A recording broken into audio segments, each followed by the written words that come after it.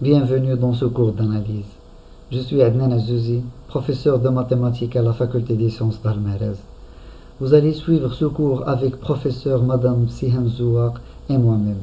Ce cours est destiné aux étudiants du tronc commun national physique. Dans cette courte vidéo, je vais donner les objectifs de cette formation.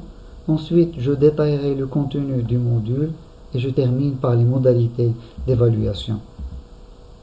Le but de cette formation est de permettre aux étudiants d'atteindre 3 objectifs. Le premier, c'est de savoir l'origine de chaque notion étudiée. Le deuxième, c'est d'acquérir les méthodes et outils de base pour le calcul de ces notions. Et le dernier, c'est d'avoir la capacité d'appliquer ces notions pour résoudre des problèmes réels. Il y aura 5 axes principaux dans ce module. Le premier, on étudiera les notions de base de l'analyse qui englobent les fonctions, les limites, les dérivées et les intégrales. On commence par définir ces notions et ensuite on détaille le théorème fondamental de l'analyse qui relie la dérivabilité à l'intégrale. Et on termine par quelques applications de ces notions, à savoir le calcul des extrémums, de vitesse, d'accélération, etc.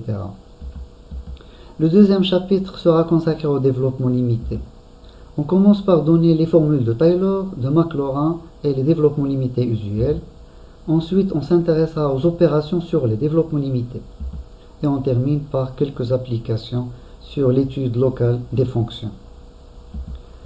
Le troisième chapitre sera consacré aux équations différentielles. On donnera quelques types d'équations différentielles. On résout après explicitement ces équations du premier et du deuxième ordre.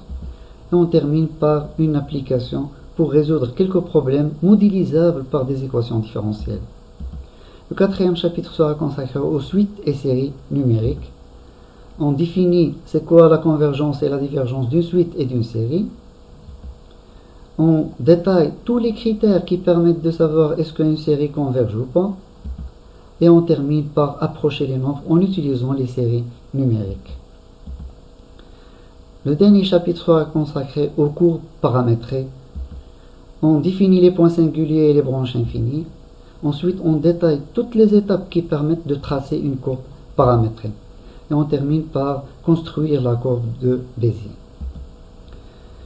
Pour réussir ce module, on va suivre tout au long de cette formation des questionnaires d'évaluation, des devoirs et des QCM.